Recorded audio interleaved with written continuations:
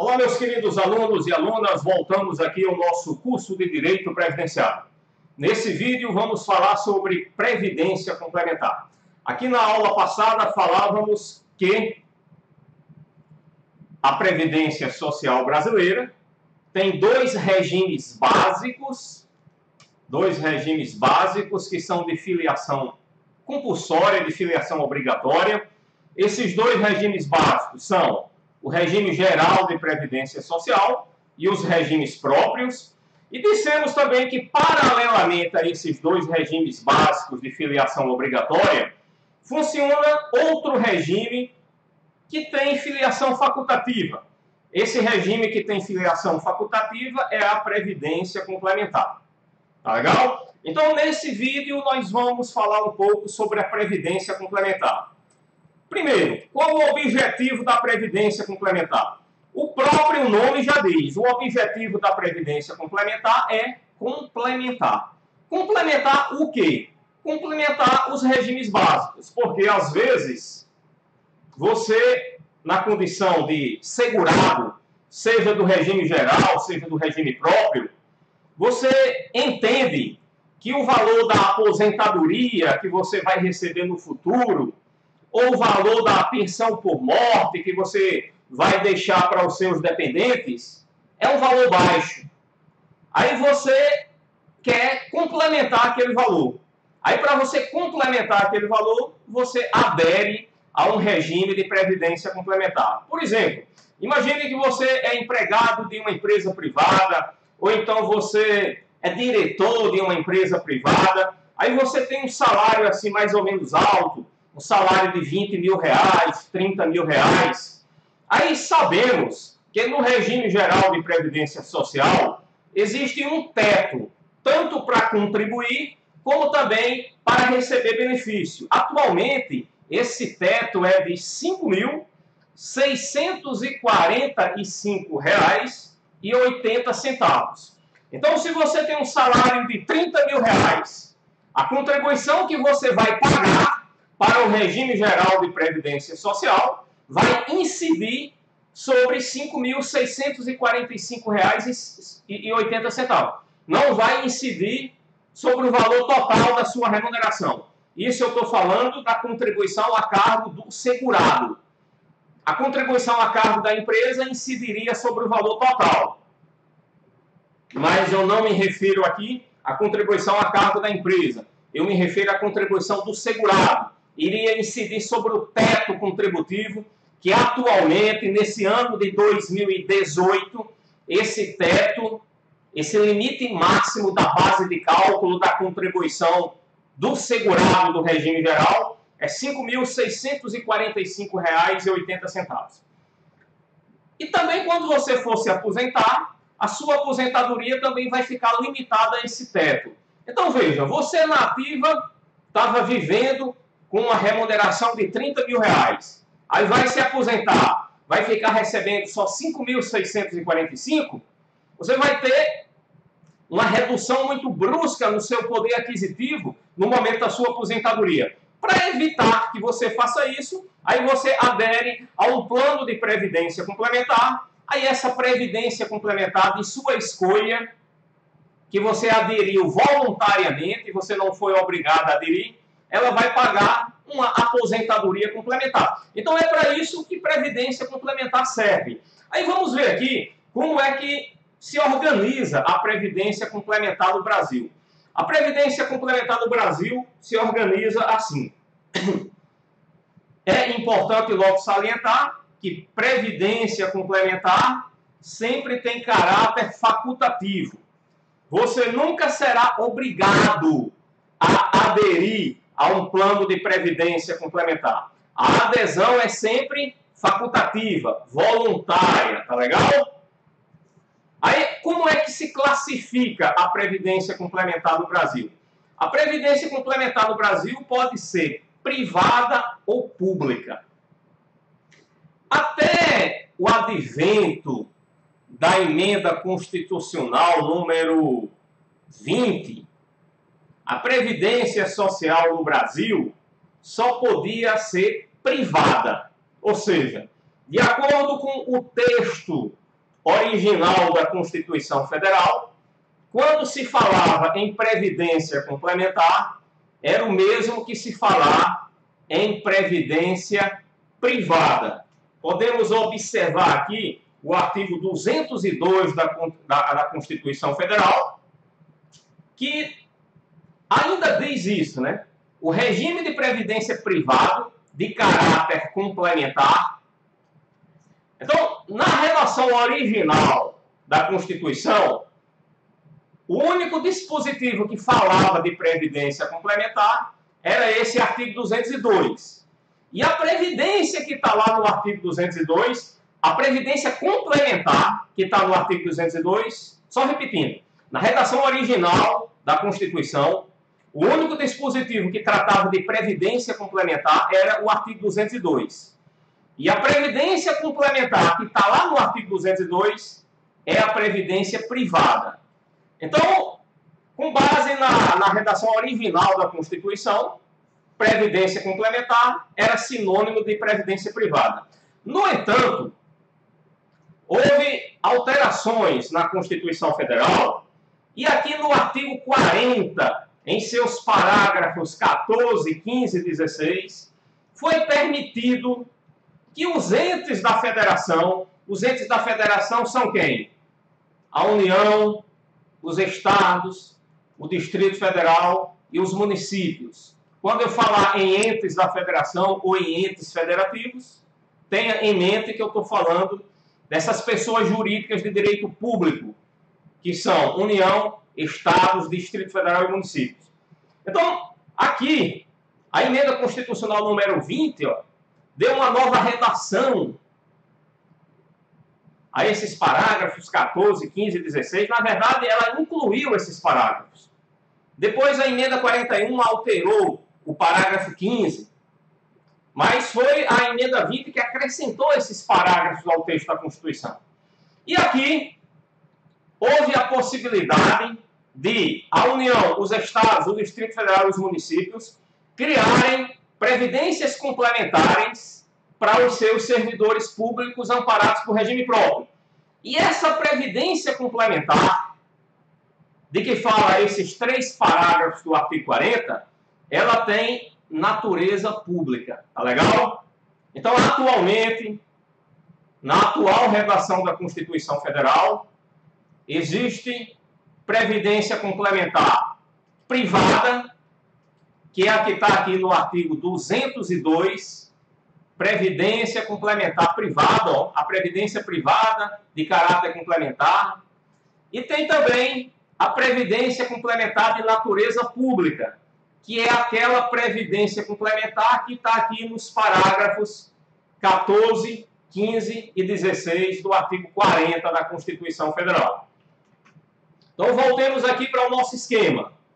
Então, quanto à natureza jurídica da previdência complementar, ela pode ser privada, que é a previdência complementar que está lá no artigo 202 da Constituição, e ela também pode ser pública, que é a previdência complementar que está nos parágrafos 14, 15 e 16 do artigo 40.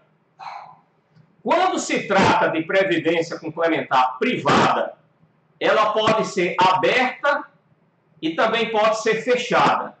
O que é uma previdência complementar aberta, o que é uma previdência complementar fechada? Previdência complementar aberta é aquele tipo de previdência em que qualquer pessoa pode dela participar. Tá legal? E previdência complementar fechada? Previdência complementar fechada é um tipo de previdência complementar que só algumas pessoas pertencentes a um determinado grupo podem dela participar. Que grupo de pessoas seria esse, professor? Por exemplo, os empregados de uma determinada empresa. Aí podemos dar o exemplo aqui da maior previdência complementar que tem no Brasil, que se chama Previ. Previ é um fundo de previdência complementar.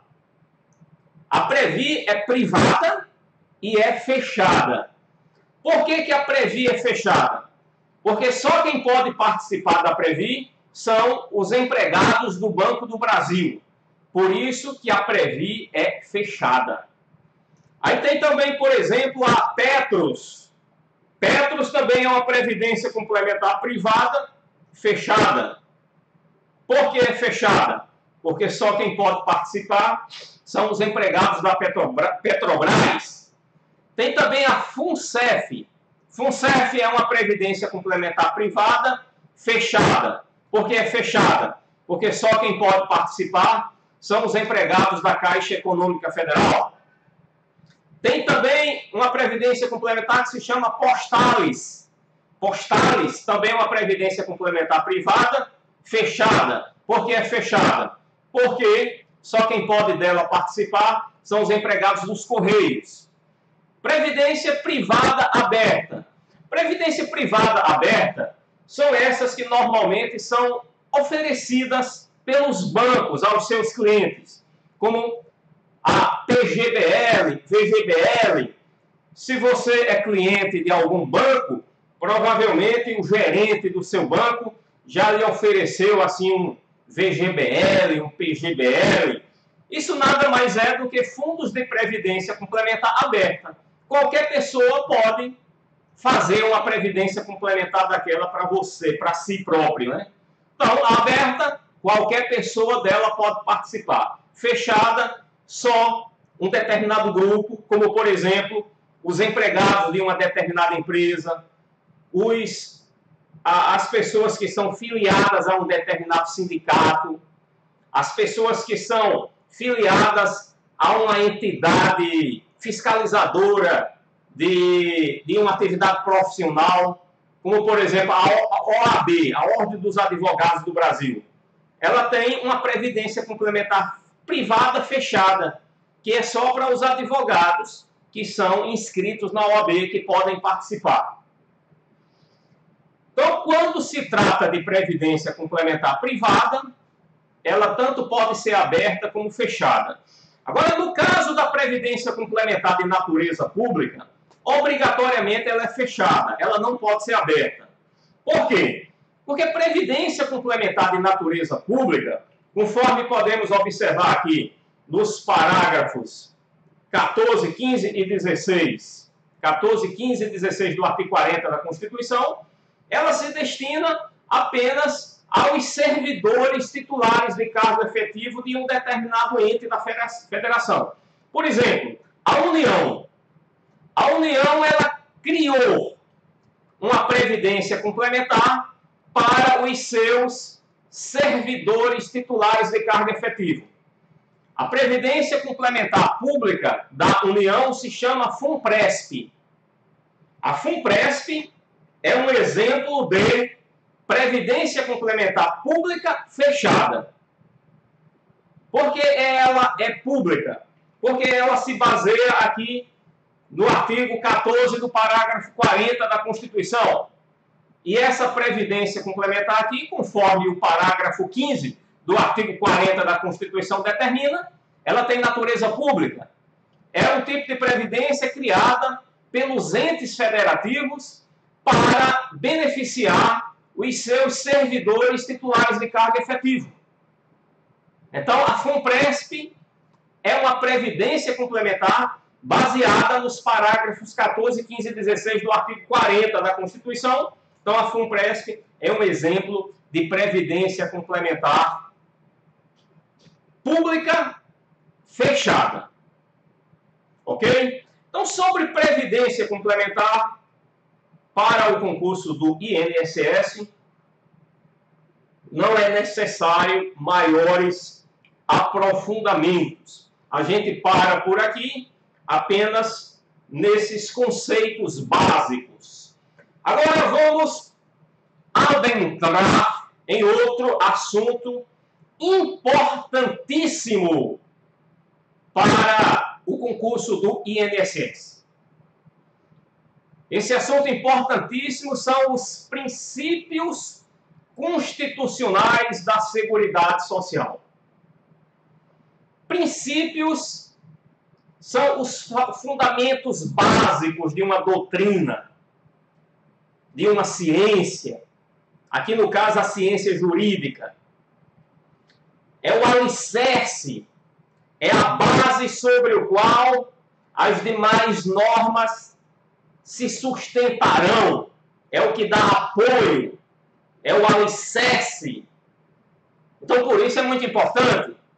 E aqui nós vamos estudar os princípios constitucionais da Seguridade Social. Bem, se esses princípios são constitucionais, então eles devem estar na Constituição, a Constituição Federal. E se eles são constitucionais e são da Seguridade Social, eles vão estar dentro da Constituição, naquele capítulo que a Constituição destinou à Seguridade Social.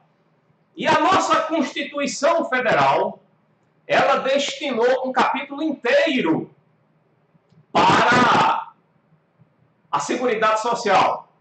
É aqui o capítulo 2 do título 8, que é um capítulo cujo título é da Seguridade Social. Aí os princípios constitucionais estão logo no primeiro artigo desse capítulo, que é o artigo 194. Mas não é no caput do artigo. O caput do artigo 194 traz um conceito de Seguridade Social que já foram estudados em aulas anteriores. Os princípios constitucionais da Seguridade Social, eles estão aqui no parágrafo único do artigo 194. E são 7 princípios, que são exatamente os 7 incisos. Os 7 incisos deste parágrafo único do artigo 194 da Constituição. Agora, se você observar aqui o parágrafo único do artigo 194, você vai ver que o parágrafo único não trata esses incisos chamando-os de princípios. Ela chama de objetivos. Objetivos. E por que eu estou chamando de princípios? É porque a lei número 8.212, que dispõe sobre a organização da Seguridade Social e institui seu plano de conceito, seu plano de custeio, aqui no parágrafo único do artigo 1º, no parágrafo único do artigo 1º, parágrafo único do artigo 1º da Lei 8.212, são repetidos aqueles mesmos incisos que estão presentes no parágrafo único do artigo 194 da Constituição Federal. Só que aqui eles não estão na forma de incisos, eles estão na forma de alíneas. A linha A, a linha B, a linha C, a linha D, a linha E, a linha F e a linha G. Mas se você observar, essas alíneas do parágrafo único do artigo 1º da Lei 8.212, elas correspondem literalmente aos 7 incisos do parágrafo único do artigo 194 da Constituição. Agora, detalhe.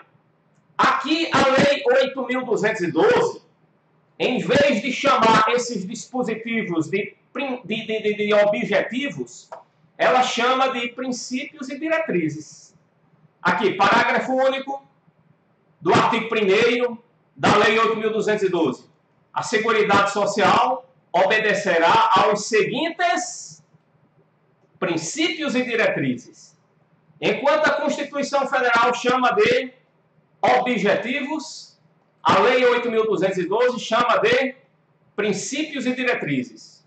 Então, vejam, quando lá no edital, no programa que está lá no edital do concurso, manda você estudar os princípios constitucionais da Seguridade Social, o programa está se referindo exatamente a esses 7 incisos do parágrafo único do artigo 194 da Constituição Federal. E nós vamos estudá-los de forma bem detalhada. Agora, é importante eu, na qualidade de professor que prepara candidatos para concurso público, eu informar para vocês como é que esse assunto é cobrado na prova. Depende muito da banca organizadora. Há bancas organizadoras que exigem que o candidato entenda o real significado de cada um desses princípios constitucionais da Seguridade Social. Há outras bancas organizadoras que quer apenas que o candidato decore, memorize cada um desses princípios. Por exemplo, elaborando uma questão baseada nesse formato de que basta decorar, basta memorizar. Aí a banca organizadora elabora uma questão de 5 alternativas para você escolher a única alternativa verdadeira. Aí ela fala, marque a alternativa correta acerca dos princípios constitucionais da Seguridade Social. Aí, letra A, ela bota uniformidade da cobertura e do atendimento. Certo ou errado? Errado, porque o correto não é uniformidade da cobertura e do atendimento. O correto é universalidade da cobertura e do atendimento. Então, é comum a banca organizadora que elabora esse tipo de questão fazer um trocadilho com essas diversas palavras que aparecem nesses 7 incisos. Agora, ela pega uma palavra de um inciso e insere no outro inciso, como fez aqui, ó. A palavra uniformidade, ela é do inciso 2. Aí ela trocou a palavra universalidade, que está no inciso 1, pela palavra uniformidade, que está no inciso 2. Aí colocou lá na alternativa A, uniformidade da cobertura e do atendimento. Errado. Não é uniformidade da cobertura e do atendimento. É universalidade da cobertura e do atendimento. Aí, letra B, ela botou universalidade e equivalência dos benefícios e serviços às populações urbanas e rurais. Errado também. Fez esse trocadilho, né? Aí, letra C, ela fala irredutibilidade e distributividade na prestação dos benefícios e serviços. Errado, porque não é irredutibilidade e distributividade. É seletividade e distributividade. Letra D, ela bota seletividade do valor dos benefícios. Não, não é seletividade do valor do benefício, é irredutibilidade do valor do benefício. Letra E, aí a letra E, ela bota direitinho, do jeito que está aqui, ó. Equidade na forma de participação no custeio. Aí você marca a letra E, que é a correta. A letra E é correta porque foi copiada literalmente, sem ter nenhuma modificação, sem ter nenhum trocadilho. Por incrível que pareça, esse tipo de questão que eu acabei de elaborar aqui, ele cai muito na prova. Então, você além de aprender, além de entender o significado de cada um desses princípios, você também tem a obrigação de memorizá-los, decorá-los, como queira. Ok? Mas outras bancas organizadoras, tipo SESC-UNB, naquelas questões de marcar certo ou errado, ela fala, universalidade da cobertura e do atendimento significa isso, isso, isso, isso. Bem, aí se o significado do princípio estiver correto, você marca certo. Se não, não significa aquilo não que ela disse. Então está errado. E outras bancas organizadoras, como por exemplo a Fundação Carlos Chagas faz muito isso, né? Ela cita um fato real e depois ela pergunta, isso é dessa forma em razão de tal princípio constitucional. Por exemplo, um fato real. Ela bota assim, em regra, a contribuição à cargo das empresas tem um valor maior do que a contribuição dos empregados dessa empresa. Isso é fato. Em regra, é assim. Aí ela pergunta, esse fato ocorre em decorrência do princípio constitucional da... dois pontos. Aí coloca 5 alternativas. Cada uma das 5 alternativas vai corresponder a um desses incisos aqui. Mas qual é que você deve marcar? Você deve marcar aquele princípio constitucional que tem relação com aquele fato que foi citado. Bem, no caso aí, seria o princípio da equidade na forma de participação no custeio. Seria o princípio que daria amparo para que o valor da contribuição da empresa ser maior do que o valor da contribuição dos empregados dessa empresa. Já já eu explico por que seria esse princípio. Mas eu estou falando aqui só para você entender como é que essas questões serão cobradas na prova, tá legal? E agora vamos começar a falar sobre cada um desses princípios. Começando pelo primeiro aqui, né? Universalidade da cobertura e do atendimento. Aqui, sobre esse princípio, é bom você, para fixar bem, para entender bem sobre esse princípio, é bom você dividi-lo em duas partes. Primeiro, nós falaremos da universalidade da cobertura. Então, eu vou circular aqui a universalidade. Aí, primeiro, a gente vai falar universalidade da cobertura. Depois, falaremos da universalidade do atendimento. Porque esse termo universalidade, ele tanto está se referindo à cobertura, como também está se referindo ao atendimento. Então, a gente divide em duas partes. O que significa a universalidade da cobertura e o que significa a universalidade do atendimento. Vamos lá. Universalidade da cobertura. O que é isso? Universalidade da cobertura significa que todos os riscos sociais receberão a cobertura da Seguridade Social. O que são riscos sociais? Riscos sociais são os infortúnios da vida. O que é isso, professor? Infortúnio da vida. Eu posso dar alguns exemplos de infortúnios da vida, mas eu não vou aqui fazer uma lista exaustiva de todos os infortúnios da vida. Mas a universalidade da cobertura, ela quer dizer isso, que todos os riscos sociais que possam levar uma pessoa ao estado de necessidade, todos esses riscos sociais receberão a cobertura da Seguridade Social. Então, por exemplo, um risco social. Olha, tem um casal, marido e mulher, e esse casal tem 7 filhos. E nessa casa só quem trabalha é o marido. Então, o sustento da família vem todo do salário desse marido que trabalha lá como empregado de uma empresa. Aí o cara morreu. Olha, a única pessoa que botava dinheiro dentro de casa morreu. E agora, como é que vai ficar essa família? Vai todo mundo morrer de fome? Não.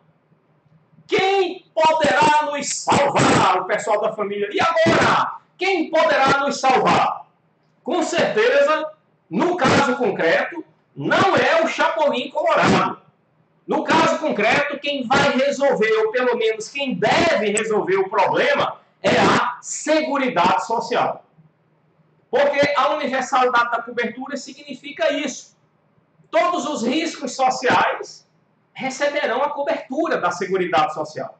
No exemplo aí, como é que a Seguridade Social iria dar cobertura para esse evento, para esse infortúnio que aconteceu com essa família? Bem, eu disse que o camarada era empregado de uma empresa. Aí lá na Previdência Social, que a Previdência Social faz parte da Seguridade Social, né? Tem um benefício chamado pensão por morte. Pensão por morte ele serve exatamente para esses casos. O trabalhador morreu, a família não pode ficar desamparada. Aí a família fica recebendo um benefício previdenciário chamado pensão por morte. No próximo vídeo, daremos continuidade ao estudo dos princípios constitucionais, mas a gente começa dando outros exemplos aqui sobre a questão dos riscos sociais. Até lá!